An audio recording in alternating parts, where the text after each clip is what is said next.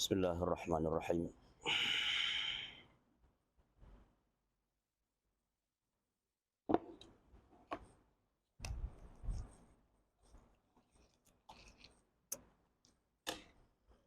Bismillahirrahmanirrahim. Allahumma inni aqdimu ilaika baina yadayya kana fasalam hatta tarfat wa atrafu biha.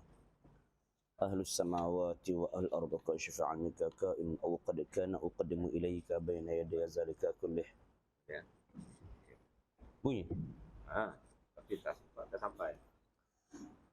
Astaghfirullahalazim alladzi la ilaha illa al-hayyul qayyum afrazana bi zal jalali wal ikram wa atubu ilaihi min jami'i ma'asi kulli asam. ومن كل ذنب أذنبت عمدا خطأ ظاهرا وباطنا قال نفع عن جميع حركات السكنات خطرة أنفاسك أبدا السرمد من الذنب الذي أعلم الذي لا لعن عدد ما أوجدته قدرته وخصته إرادة مداد كلمة الله كما ينبغي لجميع وكما يحب ربنا ويرضى. بسم الله الرحمن الرحيم. إلى حضرة النبي مصطفى صلى الله عليه وسلم وكافة الأنبياء والمرسلين والملائكة المقربين وخصوصا إلى روح سيدنا محمد صلى الله عليه وسلم وإلى روح شيخنا الشيخ أحمد فهمي بن زمزم البنجري الندوي الملكي رحمه الله تعالى وإلى روح شيخنا الشيخ حاجي عمر الزهدي بن محمد صالح رحمه الله تعالى وإلى شيخنا الشيخ حاجي عبد الواحد بن حسن حفظه الله تعالى وإلى معلمينا وإلى والدينا شأنهم الفاتحة. أعوذ بالله من الشيطان الرجيم. بسم الله الرحمن الرحيم. الحمد لله رب العالمين الرحمن الرحيم مالك يوم الدين. إياك نعبد وإياك نستعين. اهدنا الصراط المستقيم صراط الذين أنعمت عليهم غير المغضوب عليهم ولا الضالين آمين. أعوذ بالله السميع العليم من الشيطان الرجيم. بسم الله الرحمن الرحيم. السلام عليكم ورحمة الله تعالى وبركاته. الحمد لله رب العالمين وأفضل الصلاة وأتم التسليم على سيدنا وحبيبنا وشفيعنا محمد بن عبد الله صلى الله عليه وسلم وعلى آله وأصحابه ومن تبعهم بإحسان إلى يوم الدين. سبحانك لا علم لنا إلا ما علمتنا إنك أنت العليم الحكيم. ولا حول ولا قوة إلا بالله العلي العظيم. اللهم فقهنا في الدين وعلمنا تأويل. اللهم اجعلنا من الذين يستمعون القول فيتبعون أحسنه. رب اشرح لي صدري ويسر لي أمري واحلل عقدة من لساني يفقهوا قولي. ربنا زدنا علما وارزقنا فهما واجعلنا من المتقين. اللهم صل على جلال العظيم الذي من عرش الله العظيم قائم يوم الله العظيم أن تصلي على سيدنا محمد ذكر عظيم على الله العظيم بقدر من ذات الله العظيم في كل لمحة ونفس عدد ما في علم الله العظيم صلاة دائمة بدوام الله العظيم تعظيما لحقك يا مولانا يا محمد يا ذا خلق عظيم. وسلم عليه وعلى أزاله واجمع بيننا وبينه كما جمعت من الروح والنفس ظاهرا وباطنا يقظة ومناما وجعله رب رحزة من جميع جفن قبل الآخرة يا عظيم. واجمع بيننا وبينه كما جمعت من الروح والنفس ظاهرا وباطنا يقظة ومناما وجعله رب رحزة من جميع جفن قبل الآخرة يا عظيم. واجمع بيننا وبينه كما جمعت من الروح والنفس ظاهرا وباطنا يقظة ومناما وجعله رب رحزة من جميع جفن قبل الآخرة يا عظيم. لا إله إلا الله محمد رسول الله في كل لمحة ونفس عدد ما علم الله. لا إله إلا الله محمد رسول الله في كل لمحة ونفس عدد ما علم الله. لا إله إلا الله محمد رسول الله في كل لمحة ونفس عدد ما علم الله. أما بعد. Bahagia dan pengusi dan kuasa masjid dan imam, seluruh muslimin muslimat yang dirahmati Allah sekalian, alhamdulillah. Pertama sekali dan selamanya, marilah sama-sama kita merafakkan syukur kehadrat Allah Subhanahu wa taala. Malam ni kita dapat bersama dalam majlis ilmu setelah kita cuti setahun setengah. Tak lama.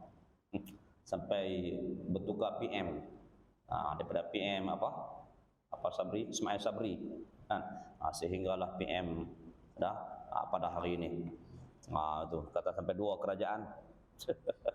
InsyaAllah di atas pelbagai kesibukan dan sebagainya, dan insyaAllah kita cuba juga untuk hadir. Sekarang ni alhamdulillah dah ada sedikit ruang untuk kita susun semula pengajian kita, untuk kita menambah ilmu agama Allah Subhanahu wa taala. Dan insya-Allah pada malam ni sambungan pengajian kita hadis yang ketiga. Kitab ni dah lama sikit.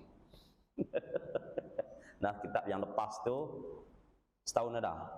Setahun lebih kita habis. Tahun ni kitab ni setahun setengah baru hadis yang ketiga. Insya-Allah. Hadis yang ketiga ini yang bertajuk seringan-ringan siksaan di neraka.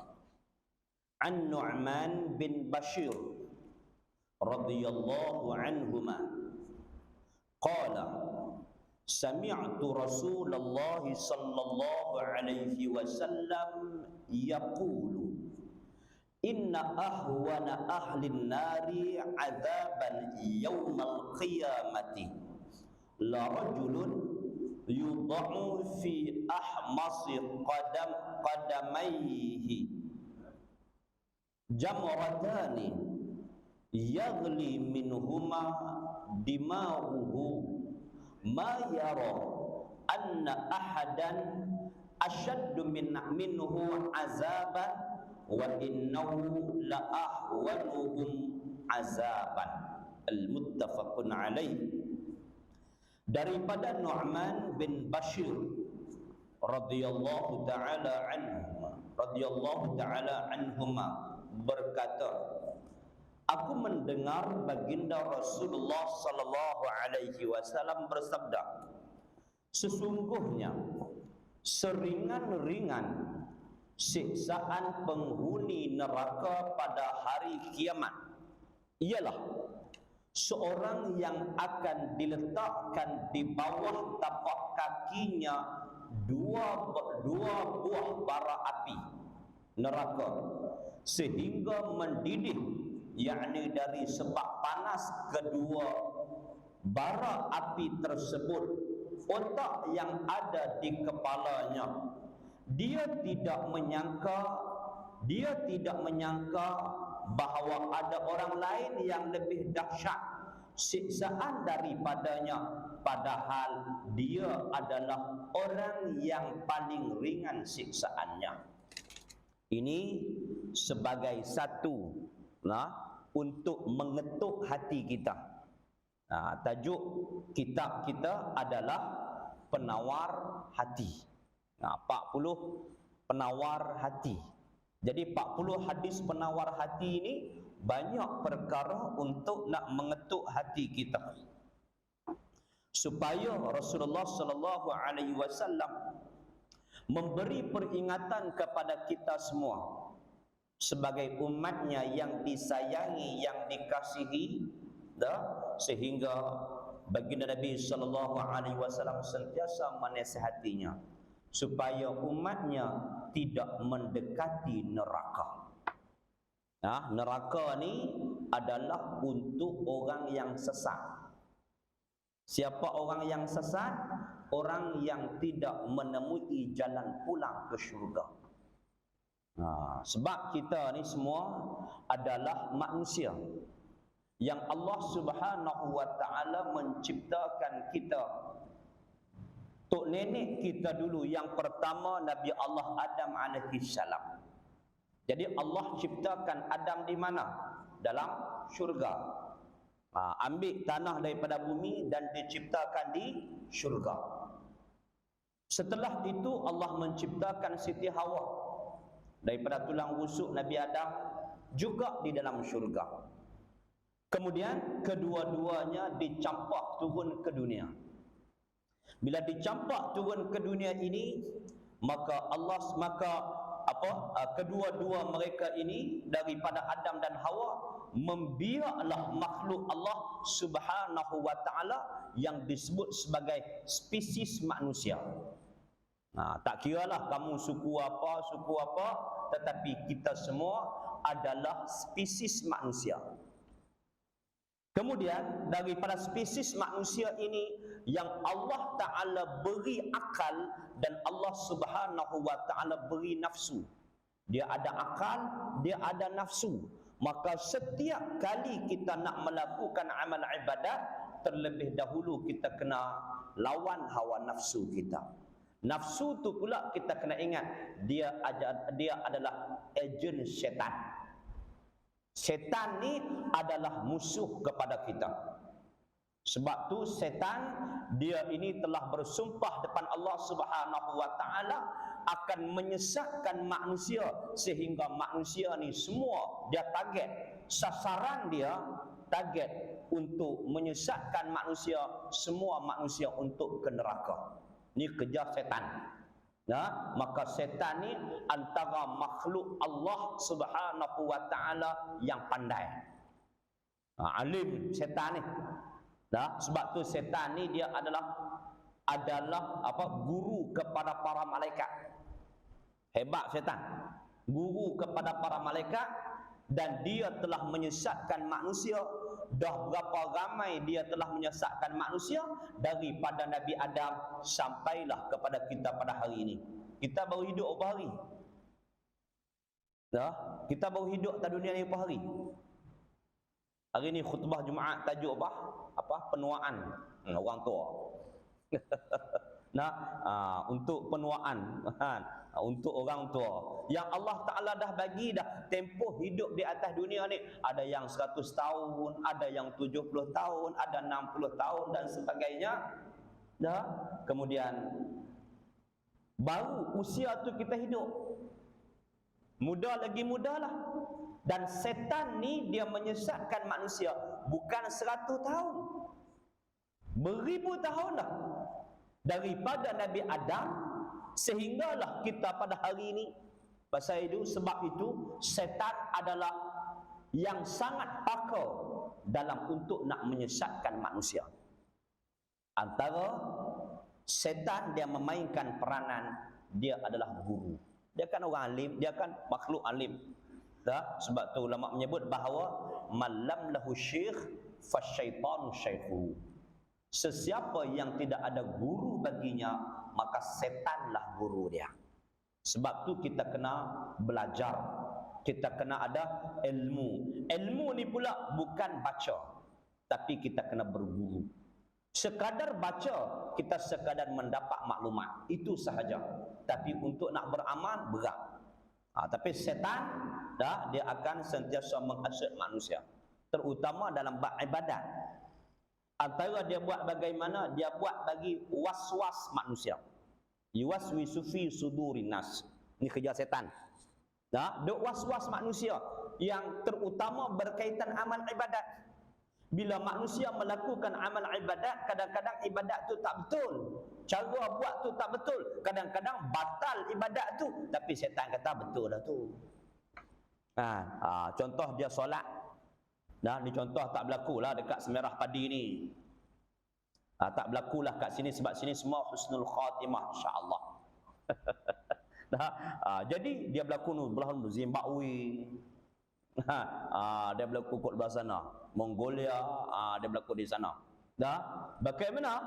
Kalau dia solat tu dia was-was.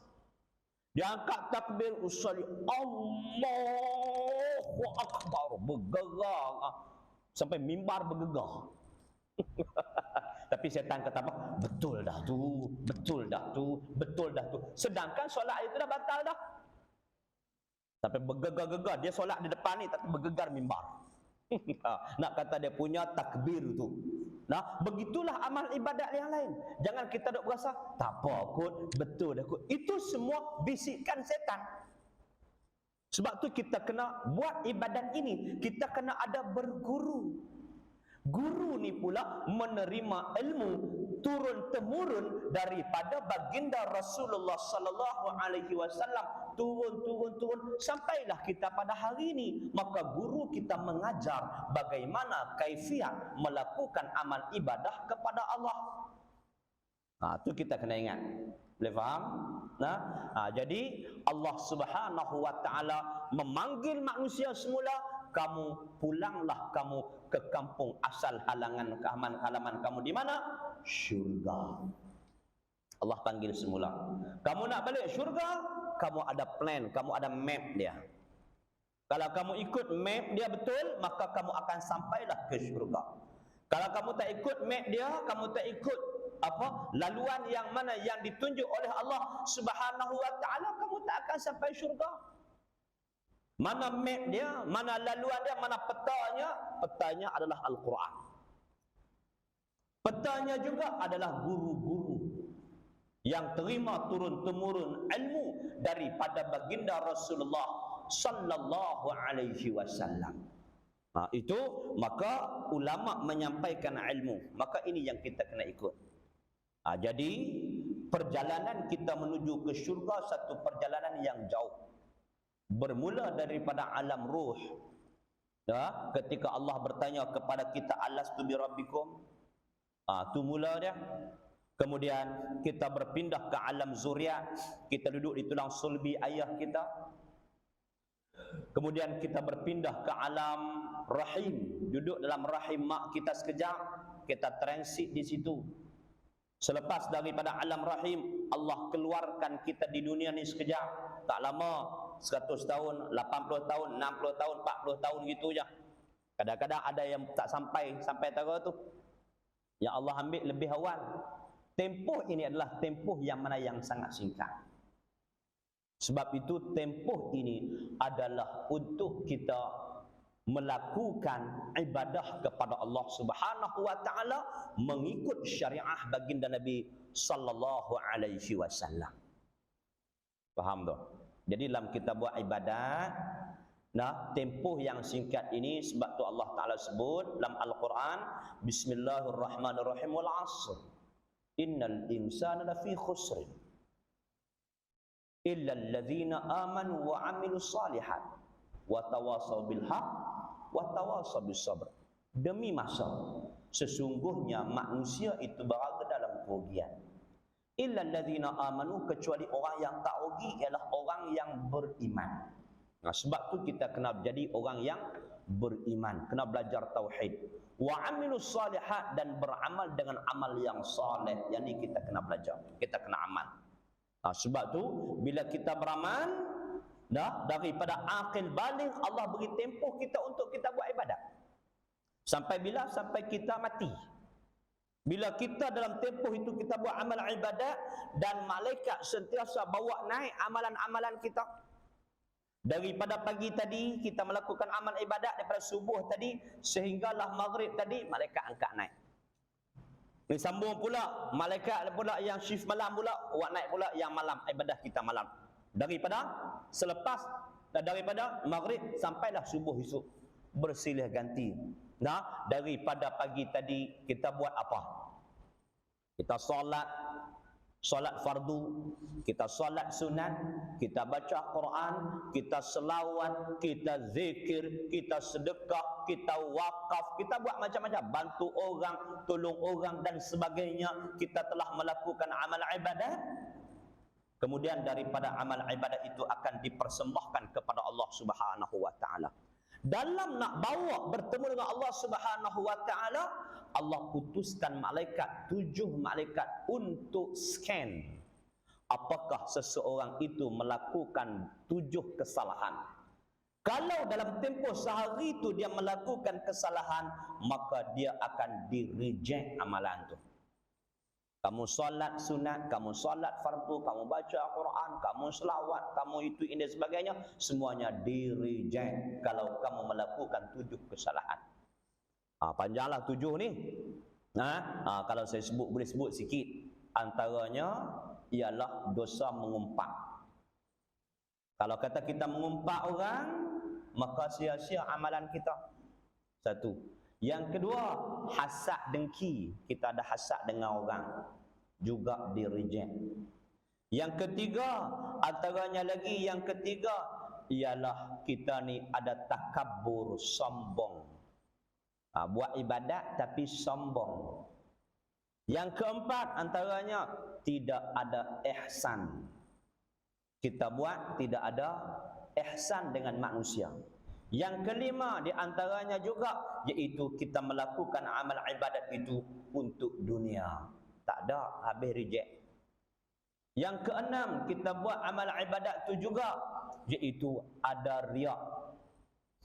Maka juga di-reject kerana kita buat amal ibadat itu bukan kerana Allah Subhanahu wa taala tetapi ada kerana tujuan yang lain. Maka awas kita kena lakukan, jangan kita ini lakukan perbuatan-perbuatan yang boleh membatalkan amal ibadat kita. Sebab tu insya-Allah semoga amal ibadat kita itu diterima oleh Allah Subhanahu wa taala. Yang kedua kita kena ingat, bila kita duduk di atas dunia ini, kadang-kadang kita melakukan salah. Kullu bani Adam khata'un. Tiap-tiap anak Adam melakukan salah. Wa khairul khata'in, dan sebaik-baik orang yang melakukan salah itu bertaubat kepada Allah Subhanahu wa taala. Kita taubat ke tidak?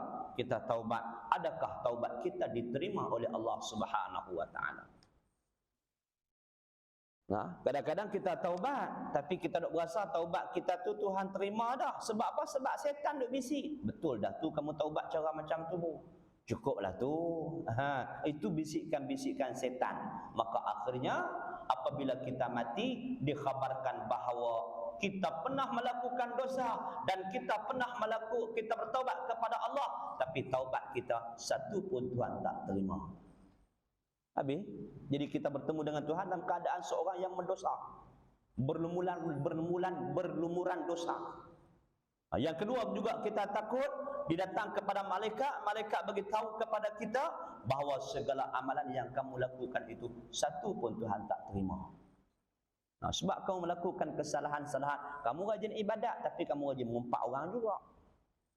Kamu rajin ibadat tapi kamu ada hasad dengki dengan orang. Kamu buat ibadat tapi kamu riak. Kamu buat ibadat tapi kamu takabur dan sebagainya. Akhirnya menyebabkan kamu ini iaitu amalan-amalan kamu di-reject. Muslimin muslimat yang dirahmati Allah sekalian. Selepas daripada itu iaitu bagi orang yang mana yang hidup di atas dunia tidak berjaya menjadi orang yang beriman, maka orang itu adalah orang yang rugi. Rugi kalau kata duduk di atas dunia tak jadi orang beriman. Sebab tu kita kena belajar ilmu tauhid, belajar ilmu akidah, insya-Allah semoga kita dikategorikan sebagai seorang yang beriman dengan Allah Subhanahu wa taala. Muslimin muslimat yang dirahmati Allah sekalian, bila kita habis tempoh berada di atas dunia ni, lalu Allah Subhanahu wa taala pindahkan kita semula daripada alam dunia kepada alam yang kelima, iaitu alam barzah. Nak masuk alam barzah tu, kena ingat bahawa alam barzah ni dia ada dua laluan. Satu laluan Raudhatun min Riyadil Jannah, satu taman daripada taman syurga. Dan kalau tak berjaya memasuki satu taman daripada taman syurga, maka dia akan memasuki laluan yang kedua, iaitu satu lubang daripada lubang neraka. Sebab itulah kita kena ingat, muslimin muslimat yang dirahmati Allah sekalian, kita kena masuk iaitu taman syurga. Di mana kita nak masuk taman syurga? Laluan itu kita kena tempah di sini. Sebab tu kita kena belajar tauhid. Bagi orang yang tidak ada iman, dia Islam saja tapi dia tidak ada iman, apabila dia mati, malaikat akan tanya kepada dia, "Marabbuka?" Siapa Tuhan kamu? Dia nak jawab apa? Sedangkan dia tak kenal Tuhan. Sedangkan dia tidak ada iman. Bila tidak ada iman, maka bagaimana dia nak jawab di hadapan Allah Subhanahu wa taala? Maka akhirnya dia tak berjaya berada di satu taman daripada taman syurga, tetapi dia akan pergi laluan kiri satu lagi, iaitu satu lubang daripada lubang neraka. Orang yang pergi ke lubang neraka diistilahkan sebagai orang yang sesat. Sebab dia tak akan temui jalan pulang untuk menuju ke syurga. Dia akan terus pergi sampailah ke neraka, duduklah dengan gurunya yang mana yang di atas dunia ni siapa? Setan. Nah, dia duduk dengan setan dalam neraka. Allahu Akbar. Muslimin muslimat yang dirahmati Allah sekalian, semoga Allah Subhanahu wa taala memilih kita untuk memasuki syurga Allah Subhanahu wa taala. Nak masuk syurga Allah ni ada 3 golongan, 3 grup, 3 kategori yang akan masuk syurga. Grup yang pertama, siapa yang masuk syurga? Grup yang pertama masuk syurga tanpa hisab dan tanpa azab. Hisab pun dia tak kena, azab pun tak kena. Apabila dia bangkit di mahsyar, terus berada di depan pintu syurga. Oh, hebat. Siapa golongan ni? 4 golongan. Tu panjang lagi kau nak sebut tu. Lain tahun pula. Tahun depan pula. Nah, siapa yang akan dapat yang Rasulullah tawarkan? Siapa yang buat 4 perkara ini, dia tergolong dalam 4 perkara ini, maka dia akan berada di hadapan pintu syurga tanpa hisab dan tanpa azab. Yang kedua, ringkas, adalah orang yang akan masuk syurga setelah dihisab oleh Allah Subhanahu wa taala. Setelah dihisab oleh Allah Subhanahu wa taala di mahkamah Rabbul Izzah. Di mahkamah Allah Subhanahu wa taala hanya ada satu mahkamah yang akan diadili oleh Allah Subhanahu wa taala. Pada ketika itu dihisab dengan sedetail-detailnya. Dengan 7 perkara akan menjadi saksi. Panjang lagi 7 perkara tu, lain tahun pula. 7 perkara yang akan menjadi saksi, iaitu di atas apa yang mana yang telah kita lakukan. Muslimin muslimat yang dirahmati Allah sekalian. Setelah itu, apabila manusia itu dihisab oleh Allah Subhanahu wa taala, maka dihisab perkara tadilah yang kita sebut tadi. Cek amal ibadat dia bagaimana, dia buat amal ibadat dah. Dia buat amal ibadat, dan amal ibadatnya cek diterima oleh Allah sebab dia tidak melakukan 7 kesalahan tadi. Yang kedua, cek dia buat dosa tak? Dia manusia, dia pernah melakukan dosa dan dia bertaubat tak kepada Allah? Dia bertaubat kepada Allah. Allah ampun tak dosa dia? Alhamdulillah, Allah Taala ampun dia. Maka dia tidak ada dosa. Maka golongan ini walaupun dihisab dengan hisab yang detail, akhirnya ia akan dapat masuk syurga Allah Subhanahu wa taala. Bagi grup yang kedua selepas dihisab oleh Allah Subhanahu wa taala. 2. Dan grup yang ketiga yang akan masuk ke syurga, yang tadi tanpa hisab dan tanpa azab, dua-dua tak kena. Yang kedua ni tanpa hisab. Yang kedua ni kena hisab tapi tanpa azab. Hisab tapi di hisab didapati dia ni buat amal ibadat dan amal ibadatnya diterima, dan dia melakukan dosa dan dia minta ampun kepada Allah, Allah terima pengampunan dosa dia, maka golongan yang kedua ni dia masuk syurga kena hisab dan tidak ada azab. Dan grup yang ketiga yang akan memasuki syurga Allah Subhanahu wa taala apabila dihisab, hisab amalannya, akhirnya didapati bahawasanya alhamdulillah amal ibadat dia tu Allah terima. Hisab amal ibadat dia terima kerana dia tidak melakukan 7 kesalahan tadi. Selepas daripada tu, bila dia tidak melakukan 7 kesalahan tadi, maka alhamdulillah amal ibadatnya diterima oleh Allah Subhanahu wa taala. Yang kedua, dia hisab pula, dia pernah melakukan dosa tak? Dia pernah melakukan dosa, dan dosa yang dilakukan dia itu, dia taubat tak kepada Allah? Dia taubat, tapi malangnya Allah tidak menerima taubatnya. Maka golongan yang ketiga ini akan dihumban ke neraka dahulu, dicelup sekejap masuk dalam neraka. Dicelup sekejap masuk dalam neraka sebab dia melakukan dosa yang Allah tidak ampunkan. Bila dia celup tu, celup lama mana? Kita mudah bahasa kita, celuplah sekejap. Kalau rendam tu lama. Betul. Kau celup, angkat, selesai. Nah, kalau rendam lama, rendam dalam air contoh. Nah, tapi kalau celup, letak, angkat, sekejap aja. Ini sebab apa? Sebab amal ibadatnya diterima oleh Allah dan dia melakukan dosa, dia minta ampun kepada Allah, tapi Allah tidak ampunkan dosanya sebab dia tak taubat dengan taubat nasuha. Maka orang golongan ini akan dicelup sekejap masuk dalam neraka. Celup tu lama mana? Yang kata sekejap tu, nah, paling sekejap adalah 7,000 tahun. 7,000 tahun tu paling sekejap. Allahu Akbar. Yang paling lama tak tahu berapa tahun. Nah, masuk lepas pada 7,000 tahun tu akan dimasukkan ke dalam syurga Allah Subhanahu wa taala semula. Ini 3 grup. Yang pertama, tanpa hisab, tanpa azab. Yang kedua, kena hisab tanpa azab. Yang ketiga, kena hisab dan kena azab baru masuk syurga. Yang keempat, pakai duduk dalam istiqamah dalam neraka. Duduk dalam neraka terus. Jadi kita lihat bagaimana apa yang disabdakan oleh Nabi sallallahu alaihi wasallam, sesungguhnya seringan-ringan penghuni neraka pada hari kiamat nanti ialah seorang yang akan diletakkan di bawah tapak kakinya itu, iaitu 2 buah bara api. Sudah kita sebut, diletakkan alas kakinya tu bara api. Api apa? Api neraka. Api neraka ni terang mana?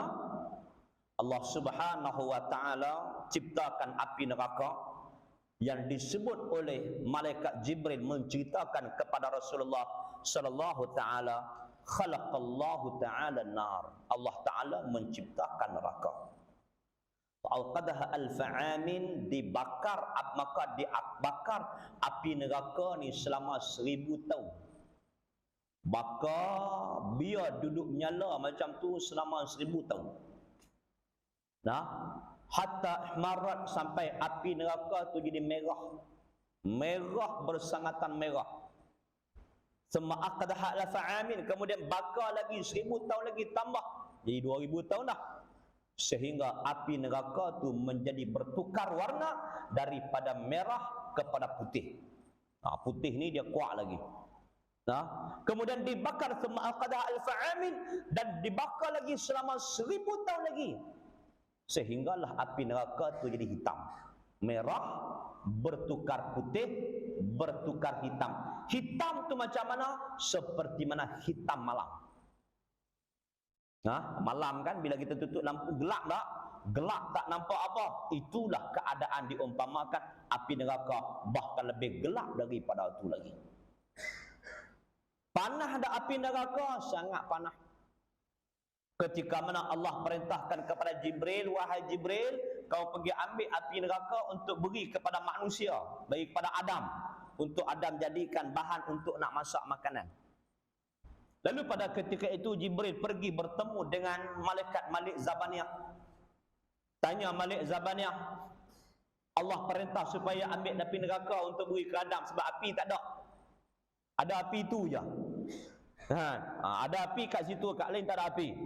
Sebab tu orang tanya kita, Ustaz, dalam neraka ada rokok? Ada rokok tapi api kena cari kat neraka. Penggemar isap rokok kan.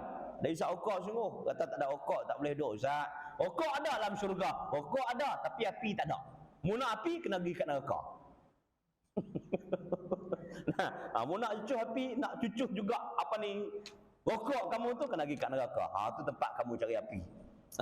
Jadi malaikat Malik tanya kepada apa Jibril, banyak mana nak api neraka tu? Jibril kata cukup beri sebesar biji kurma, biji tamar. Sebiji tamar. Nak ambil biji tamar ni, lalu kata Malik Zabaniyah, kalau aku izinkan kepadamu untuk bawa ke dunia, iaitu api neraka sebesar biji kurma ini, nescaya akan terbakar seluruh dunia. Tu kata dia punya apa? Bahang dia tu terlalu panas. Kalau begitu Jibril kata bagi separuh. Lalu Malik Zabaniyah kata, kalau aku beri separuh, nescaya kering kontang dunia, air akan kering dan juga tumbuh-tumbuhan tidak akan tumbuh. Lalu pada ketika itu Jibril kembali kepada Allah Subhanahu wa taala, lalu Allah perintah kepada Jibril untuk ambil api neraka sebesar zarrah. Sikit ya? Sikit ya? Nah, kemudian diambil oleh Jibril dan digejam 7 lautan. Gejam api neraka tadi ni. Kemudian diletakkan di atas gunung. Dan selepas daripada itu, api neraka yang sebesar zarrah tadi, yang telah digejam 7 lautan, kemudian iaitu api neraka tadi akhirnya melantun semula masuk neraka. Dia tak boleh duduk di atas dunia. Maka yang tinggal di bukit itu adalah bahang api neraka yang sebesar zarrah yang telah dicelup 7 lautan tadi. Nah, iaitu dia adalah sebagai bahang api neraka yang lekat pada besi, yang lekat pada batu. Tu kadang-kadang dia meletus apa? Gunung Merapi itu, yang tu baru bahang. Nak try lagi ya? Jadi api neraka ni dicipta oleh Allah Subhanahu wa taala untuk siksa manusia. Untuk siksa manusia. Api neraka ni kalau letak gas ataupun letak minyak, dia tak menyala. Tapi bahan bakar dia adalah manusia dan batu berhala. Yang ni dia akan menyala. Kemudian apabila disiksa, Allah Ta'ala siksa orang yang mana yang paling ringan siksaannya yang disebut tadi, iaitu diletakkan api neraka sebagai alas kakinya sahaja. Pijak saja bara api neraka, otak menggelegak. Otak menggelegak. Sekarang ni kita rasa wallahu a'lam lah, kalau kata orang terbakar api pun nak jumpa otak gelegak pun susah lagi. Tu api dunia. Nak jumpa otak gelegak ni.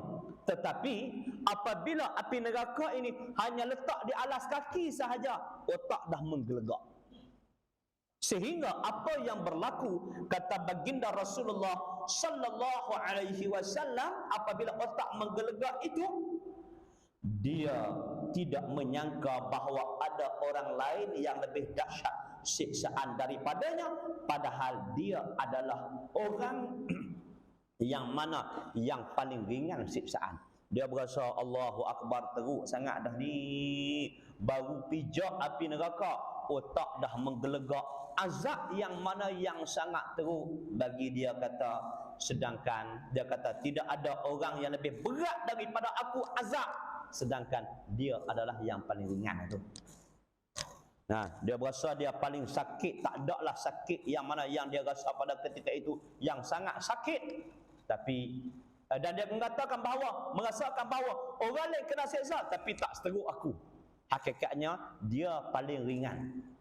Yang teruk lagi, yang tu lagi banyak. Itu adalah azab api neraka Allah Subhanahu wa taala. Oleh itu jangan kita duk try lah. Jangan duk impilah nak lintah neraka sekejap. Paling-paling kurang kita jadi golongan yang pertama tadi ataupun golongan yang kedua yang boleh masuk syurga. Hak ketiga jangan duk try. Kita sangat-sangat takut. Jadi kita duduk di atas dunia ni, dia ada batasan syariah dia. Benda perkara yang Allah beri buat, Allah Ta'ala perintah suruh kita buat, kita buat. Allah larang kita, jangan kita buat. Dekati pun jangan. Kerana kita sangat-sangat takut, na'udzubillah min zalik. Keterangan. Cuba kita bayangkan betapa dahsyatnya siksaan yang paling ringan di neraka. Dengan bahang kedua bara api yang mana yang diletakkan di bawah tapak kaki sudah boleh mendidih otak yang ada di atas kepala. Itu berat. Maka betapa pula kalau siksaan yang lebih berat lagi, rasanya tidak seorang pun yang mampu untuk berdiri di atas bara api neraka yang panasnya boleh mendidih otak, yang ada di kepalanya kita sudah pasti akan menjerit kepanasan dan kita tidak akan mampu menahannya walaupun hanya dalam masa sehari atau seminggu sahaja. Cuba bayangkan betapa pedihnya siksaan berterusan dan dari saat ke saat sehingga bertambah panas di samping tekanan jiwa yang mana dengan putus harapan daripada selamat walaupun setelah jutaan tahun yang mana yang akan datang. Nah, pada ketika itu akan dirasalah bukan sekadar sehari, bukan sekadar seminggu, tapi ribu tahun. Nah, sifat neraka ni pula semakin lama duduk dalam neraka semakin berat azabnya. Syurga pula semakin lama berada dalam syurga semakin nikmatnya. Tu. Nah, semakin lama kita duduk dalam syurga semakin nikmat. Semakin lama duduk dalam neraka, naudzubillah min zalik, semakin berat azab dia. Tu sama-samalah kita muhasabah. Jangan terailah untuk nak test neraka tu macam mana. Jadi kita kena jaga betul-betul, jaga batas syariat, jaga hukum Allah, jangan kita langgar. Jangan sesekali mendengar bisikan syaitan yang syaitan sentiasa menarik manusia untuk menuju ke neraka. Na'udzubillah min zalik. Nah, tak susah nak masuk neraka ni, mudah saja. Buat sikit saja kamu akan dapat rasai neraka yang mana yang sangat pedih. Walaupun hanya dia panggil colek gigi pun dah kita ambil, tak minta izin ke orang, ambil harta orang tu pun dah berat dah. Jadi insya-Allah saya rasa cukup sekadar tu untuk pada malam ni. Insya-Allah kita sambung pula bila tahun depan. Nak datang lagi tahun ni? Tahun ni mau datang lagi?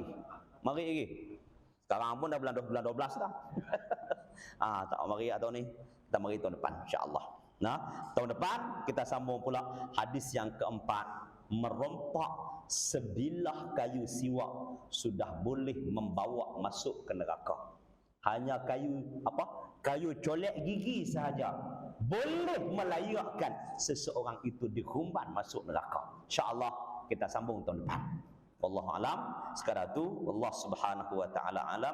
Wala ilma lana illa ma 'allamtana innaka antal alimul hakim. Wala haula wala quwwata illa billahil azim. Muslimin muslimat yang dirahmati Allah sekalian, sebelum kita akhiri pengajian kita pada malam ini, sama-samalah kita lumba-lumba untuk buat kebajikan supaya kita sampai ke syurga.